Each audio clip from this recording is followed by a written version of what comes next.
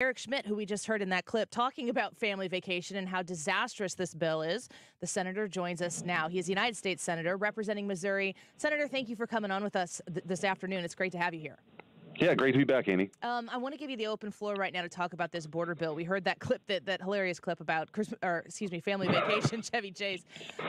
It seems as though you're not a big fan of it. I can't imagine that you're going to be a yes vote on it. What do the Missourians need to understand about what was put in this bill?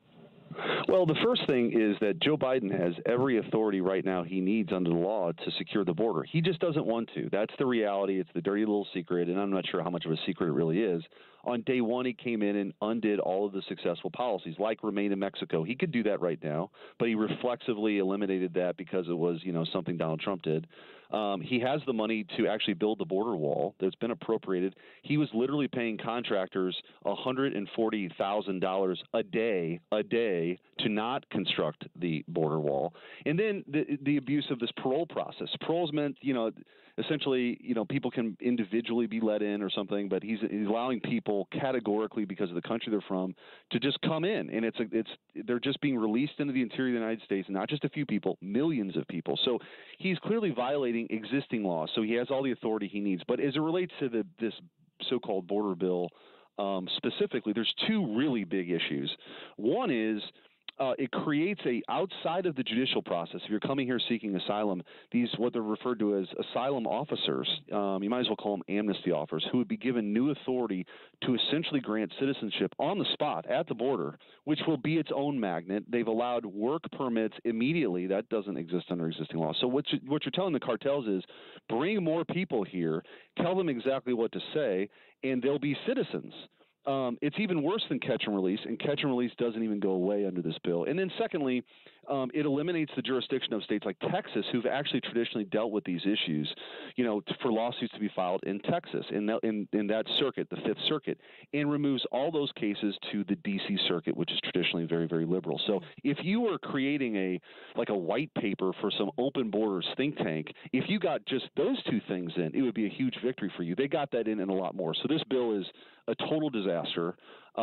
It's dead. I mean, we're going to be voting on that here soon this afternoon. I think that's dead. We've successfully, I think the people have weighed in too in a short amount of time. I mean, they did this negotiation, Annie, in secret for months. Everybody's locked out. They unveiled the language, and immediately we were able to recognize a lot of the problems. But this is part of Schumer's game plan, right, is to kind of put all this stuff together, give you minimal time to review it. You can't amend it, and you're supposed to vote on it. And I think we're going to successfully defeat this today. We're speaking with Senator Eric Schmitt. I want to ask you about why now. Why is President Biden coming out yesterday and saying we have a problem at the border, and if it doesn't get fixed, I want you to understand it's the Republicans' fault. We've heard him say repeatedly that the border isn't a crisis for years now. How come all of a sudden it's a problem that he is big enough that he can put on Republicans? Because he knows this is an albatross. There's 9 million people here that shouldn't be here who've come here illegally, and that's because of Joe Biden's policy. So he's desperate. He sees the polling. He understands that we had a secure border under President Trump.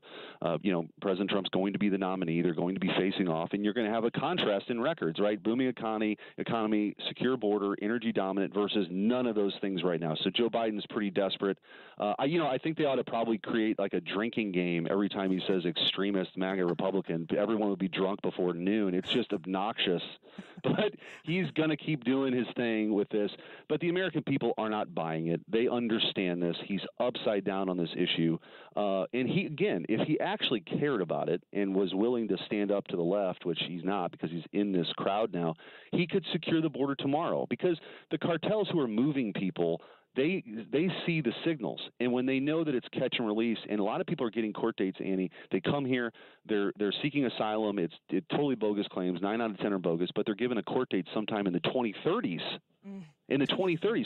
So, the idea is that they're just going to, that they'll create a big enough problem that you create this path to amnesty, which is what the ultimate goal is here. And so Joe Biden's a willing participant in all this, and it's a total mess. We've seen him. The number is 94, I think, executive orders that he signed in his first 100 days to undo what Donald Trump had going on border policy at the southern border.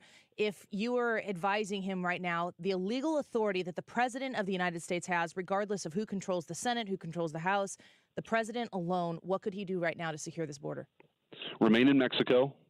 Because it gets thrown out or the term, but for people listening, essentially, it made Mexico the waiting room, right? If you were going to get an asylum hearing in court, which you were, and these are supposed to be individual adjudications, you had to wait in Mexico. You weren't just released into the interior of the United States. And that's what they reversed, and that's why we have the big problem, because if people know they can come here and they got a court date 8 years from now, of course more people are going to come here. And you're never going to see them again, right? They're not checking in with anybody.